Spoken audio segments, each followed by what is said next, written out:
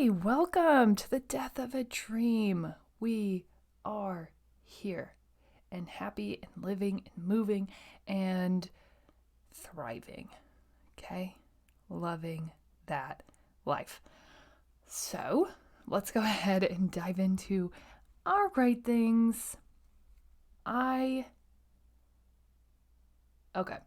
this is like a secondary great thing because it kind of involves, well, it only involves my children, but I'm just saying, like, I'm kind of one of the main raisers of said children. I won't take all of the responsibility, but like, I'm just saying. So yesterday we had their first conferences of the year.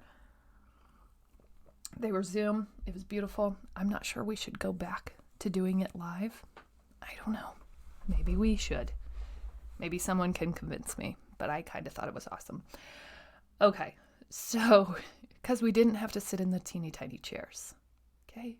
And we're about to outgrow the teeny tiny chairs because our kids are getting bigger. So their chairs will get bigger when we go in for conferences. But my husband and I are both right around 6 foot tall. He's a little bit taller than that. And the teeny tiny chairs are really hard and awkward to sit in. And no one says anything. Like, oh, the teeny tiny chairs are so awkward, but thank you for being here. Take a seat. They just like act like it's normal that a 6 foot person would be sitting in like a 2-inch chair. And like my knees are all the way up to my chin. My husband's knees are all the way up to his chin. It's just getting real sticky and weird. And so I'm just saying, if we can avoid that weirdness, because no one says anything about it, because there's nothing that the teachers can do. All of their chairs are tiny. They're not going to bring in adult chairs. Where would they get them from? Right? There just aren't that many. So either way, I thought that the Zoom option was really cool. I thought it was actually really nice. And, it didn't require, whereas like before when I was working full time and much more in the swing of things, it would have required like time off of work. It would have required a lot of running and jumping and hoop jumping. And so I know that other people are facing that. And so the Zoom was kind of nice. I don't know that we shouldn't not option it, not give it as an option, even though I know some people do require that in face, and teachers probably really appreciate and love that because they get to see those people. But I don't know, just for the world and the way that we're going and how hard it is sometimes to navigate, maybe it's just nice to keep that option out there. Just saying, just throwing that out there. But as a complete different direction, my great thing really was both of my kids, they're doing great in school. That's super cool. But both of them were recognized as leaders of their classroom. Okay, I could not be more happy about that. And both of them were recognized as playing with everyone. And like those two things to me mean that I'm winning, like above all else, as a parent, as whatever they've learned from me, from what they're seeing, from who they're hanging out with, like whatever we've done well. Those two things are most important to me. Like, just lead. One of my kids, we need to work on confidence. And I don't think that it's a confidence thing as much as it is a I don't want to be wrong thing, which is confidence, right? Like, you should just go out there and try. And like the comparative of the two, we have both ends of the spectrum, which makes sense because my husband and I are very similar like this, whereas like I'll just go out and do it, caution to the wind, let's just go see where it ends up. He's very calculated, very, very like exact, and we have to have a plan and it has to be right. And so my one daughter who we need to work on the confidence, I think it's that more than even confidence. It's just like the way that her mind works. She wants to make sure that she's right. And there are just some things that as she understands how life works, she's going to understand And hopefully we can coach her into this place where there are some things that just don't lie in black and white. There are some things that are gray, and there are some things that you just have to make a decision that this is where you stand and feel confident and sure based on what you think, right? And so we'll keep working on that with her. But most importantly, my great thing is that like they got recognized for the two things that I want them to be recognized. I love school. I think it's super important. I think it's super important that they can read and write and they're doing all those things right. But most important to me is that they know how to be good humans that will serve them best in this life. And boom, just saying, if I walked out today and dropped the mic on this whole parenting scene, I'd go out on top. And that's according to me. If those aren't the things that are important to you as a parent, then you can sit here and say, no, it's probably pretty important that they do X, Y, and Z. But that is according to my measuring system for what it looks like to be a good parent, to send good people into the world. So we all got our own measures. Actually, that's what we're going to talk about today. So that's interesting. But my great thing really is just that my kids got recognized for the things that I was hoping they would. I guess for the things that I've been grooming them to find most important. Yeah, that just feels amazing because as parents, like, how do you know that you're doing it right? You never do, ever. You could be doing it 100% right in your book, and all of a sudden you're 20 years in with your kid and they're just barely surviving therapy sessions talking about all the terrible things that you did. Like, you don't really know. So today feels like a parenting win, and I will gladly pin that on my Girl Scout vest today. Okay? Today was a win. Yesterday was a win. That was my great thing. Seeing people, other people, because I see it and I recognize it, but seeing other people recognize them for the things that I hope them to be recognized for. Big deal. Big deal to me. Just saying. Okay, let's go ahead. Take time today. Recognize yourself for your great thing. Whatever it is. I don't care. Did you get a haircut? Did you love yourself? Did you take a bath? Did you do your nails? What did you do that you feel amazing about, that you feel great about, that you need to get comfortable recognizing yourself for? I don't care what it is. Literally. Like, did you throw away the milk carton today? I'm just saying, sometimes that's my biggest win, and I feel great about it. Let's go. Let's celebrate those things. Let's recognize ourselves for it. It's going to build our confidence. Let's go. Okay.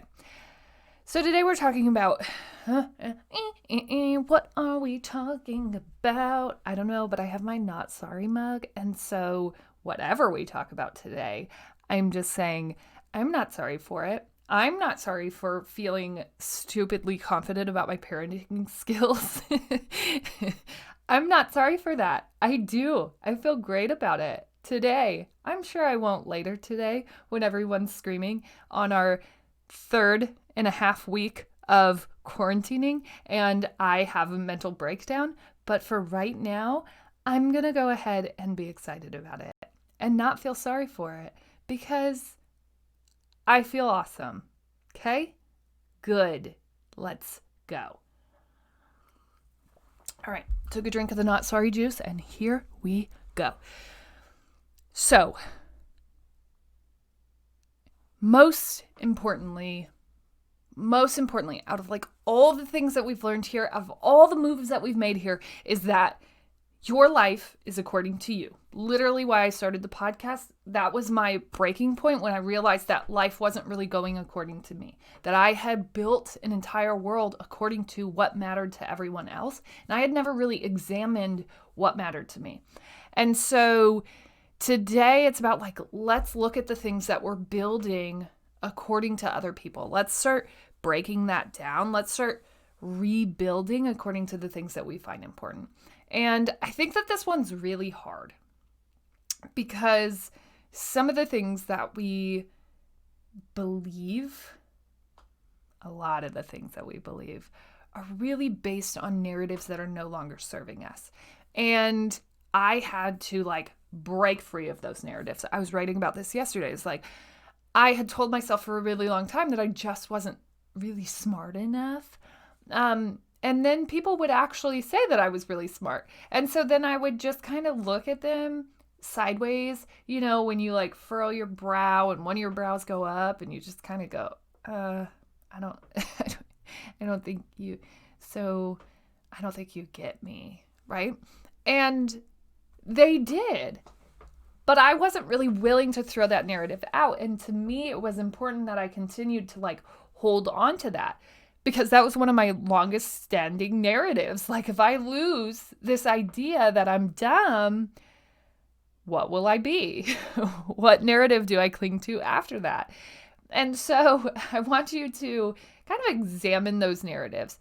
Then also look at the things that you built in your mind as important for happiness, as important for success, and really examine where those came from.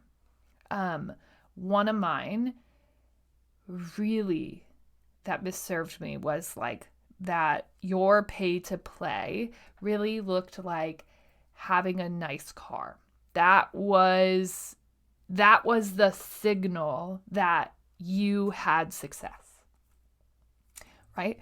And so that was kind of my true north. As long as we have that nice vehicle, people, we're good, right? Right? And for me, once I started to break that down, because that had been such an important focal point, because that had been such an important goal for me, when I started to break that down, it was really I don't actually care. Truth be told, driving a new vehicle actually really stresses me out. I'm good, right? I'm good driving around my 2003 refurbished, what is that called? Salvage Chevy Malibu with leather seats and a roof. I'm just saying, okay? I would also be good in my 1993 seafoam green Ford Probe with the flip-up lights, okay? I'm good there. That part doesn't matter to me. That is very important to some other people. And that's cool, right? It's super cool that that's important to you, okay? This is similar to the minimalist movement. Don't throw away the things that are serving you, but let's figure out what came from you and what came from other people, okay? Having a nice car was just a narrative that was constantly preached in my household, right? And it was super important. My dad loves cars. He loves vehicles. It's a super fun, cool thing. He likes working on them. I will say he does not enjoy working on a Prius that breaks down once a month for free every day until his certain demise. He does not appreciate that, okay? This is one of the reasons that the Prius had to go. But he loves cars. He loves vehicles. He loves that. And so that was something that had kind of stuck to me from being raised in that situation. But for me, that just isn't something that does it for me, right? I'm all for it. Eventually, yeah, would having a cool car be awesome? Sure, yeah. But also, kind of my dream car is having that Ford Probe back. If I ever find a seafoam green Ford Probe, I'm buying it. Okay? I will drive it. I will flip those lights up. I will live my best life. Okay? 1993. Just saying. And I don't even know why that vehicle happened, but shortly after that, I was gifted my goal vehicle for getting a scholarship to play a sport in college. And those things, like that Chevy Malibu, could have served me forever. Serves me all the things. I would love to be driving that Chevy Malibu right now. I'm just saying. So as you start to examine these things, as you start to think about where those drivers came, those drivers for success, those things that you were told were important, what I want you to keep in mind is that, like, that's probably according to someone else. Okay? Reflect and refine what is actually important to you. Period. Okay? Because a lot of the things are just according to how we were raised, what we heard growing up, and then we form these narratives around those things. They don't necessarily serve us. They don't necessarily inspire us. Like, I was exhausted by my own narratives, by my own deemed triggers of success, because by the time that I got to about 26, I had already gotten all of those things. So then I have to start examining, like, oh, okay, so then you do what any normal person does. You try to buy bigger. You try to get more name brand. You just level up the success point. Okay, well, yeah, it used to look like a Nissan Rogue. Now maybe it looks like a Cadillac, right?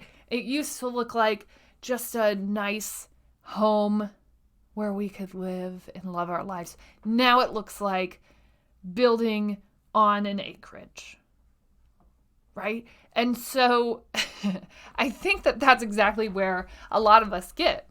Once we become this mode of succession, like once we decide that this is what it looks like, and oftentimes we decide that real early on, like high school age, and we decide that this is what success is going to look like. We start to venture down that path, and a lot of those things are according to someone else.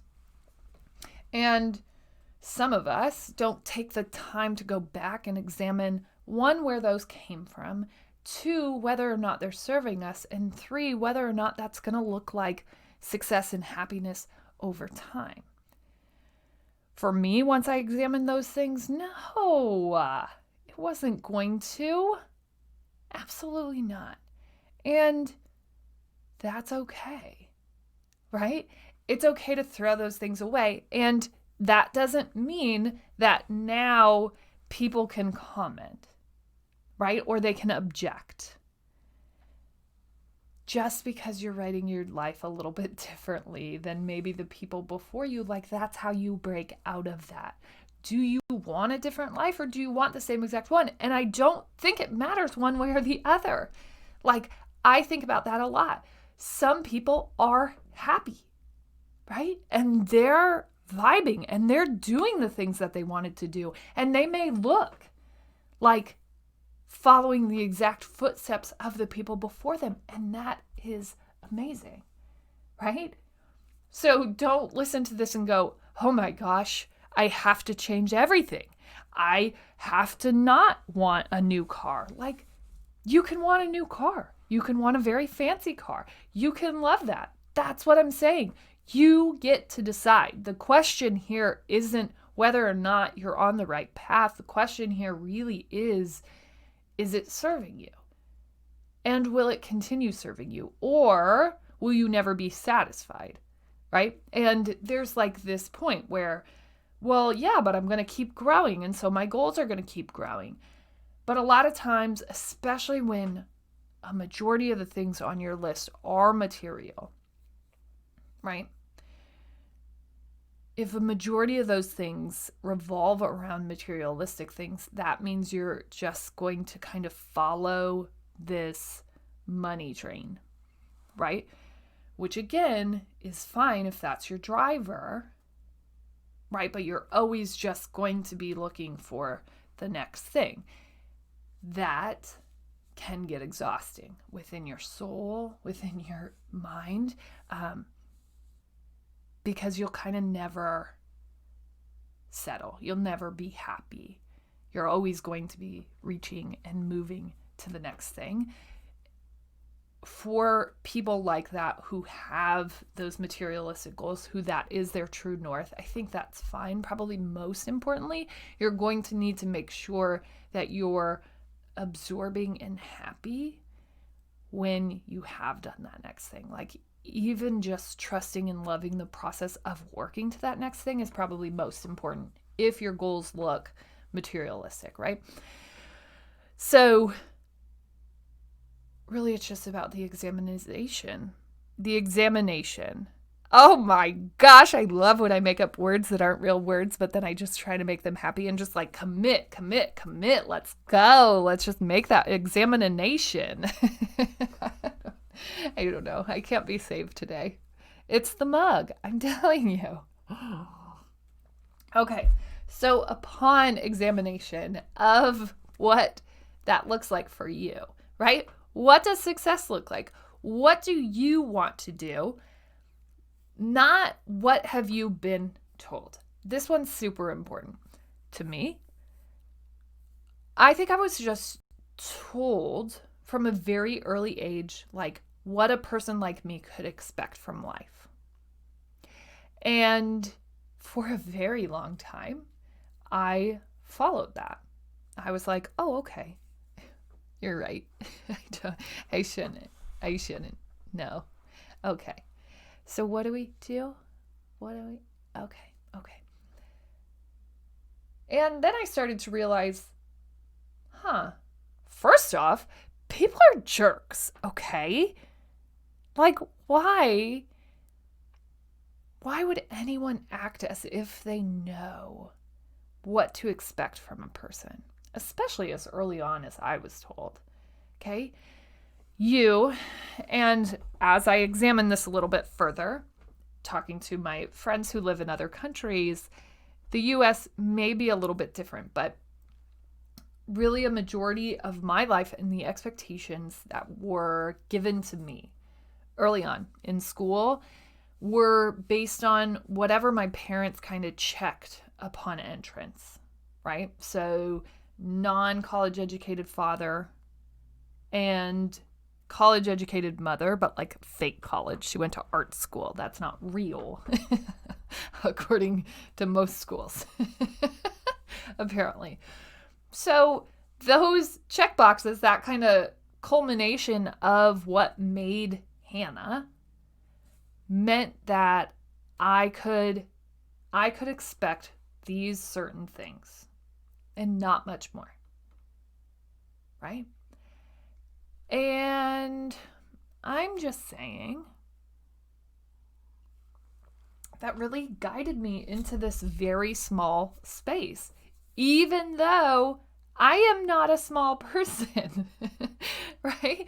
Even though that really wasn't going to take me where I was capable of going. You can't just assume someone's worth based on check boxes on an entrance exam, right? Every single person, as they sit, where they sit, is worth discussion and acceptance that every single person in this world has something beautiful to offer it. Like, I end every podcast. Anyone can find my podcast, by the way. Any person in the world can find it, access it. And I end every single podcast with Change the World because every single person is capable of changing this world. I think so many of us just have like these layers of prejudged inexistences put on us so early on that we don't even know how to recover from that. Those narratives have been misserving us for such a long time. It's really hard to break free from them.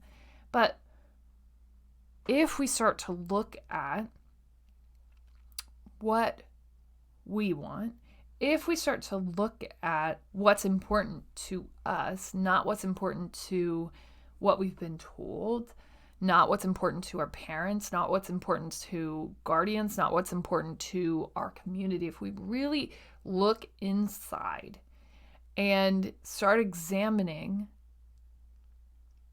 what's important to us, what wakes us up at night, what's like the one thing in this world that if you could fix it, you would fix it. For me, that one thing is people not dreaming. Like, it pains me.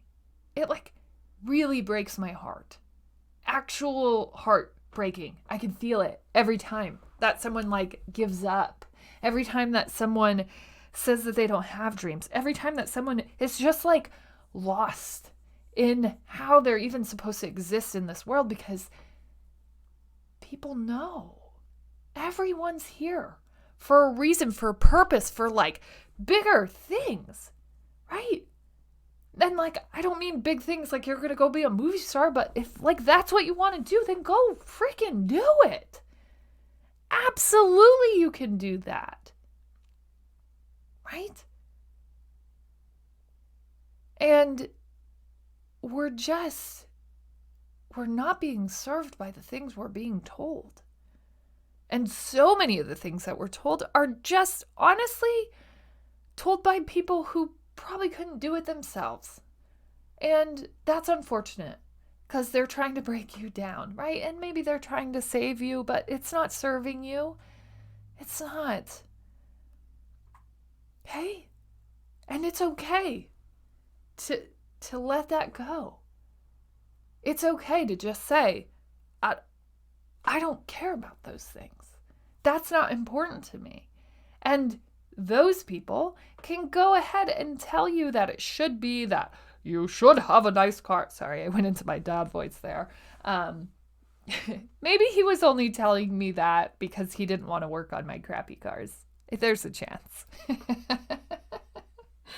Right, but like those things that are important to those people are important to those people. That doesn't mean that it has to be important to you. That doesn't mean that that has to be the way that you measure your life. Are you happy in a cardboard box because it means that you can wake up every day and live your life? Do things you want to do? Then get a cardboard box. Do it. Right? Like, we don't have to be guided by just the things that are written before us. We can create our own guidance of what life looks like. And that means there's a good chance that people are going to judge that, especially if it's like off the grid and real crazy, like, especially if you want to live in a cardboard box, expect judgment. But you should wake up every day loving your life, right? You should. That should at least be the goal, right? Are you happy? Are you smiling? Or are you drudging? And go ahead, keep a mark of it. What are the days that you wake up happy? What are the days that you wake up energized and excited? Like, what are you doing? Keep track of those things. What serves you? Does getting into a $50,000 car make you smile every morning? Then you better make some money, right? But like, what is it? And sometimes those materialistic things kind of serve you a smile for a limited amount of time. So I want you to keep track of that too, right? Sometimes the shine wears off of those things. But more than anything, like, your life should be according to you and the things that are important to you. Not the things that are important to your boss, not the aspirations that are according to the company that you're working for, not what your parents told you, not what your school told you you were capable of, like the things that you want. Period. They matter, you matter, and that's the only way that you find what you were made to do in this world.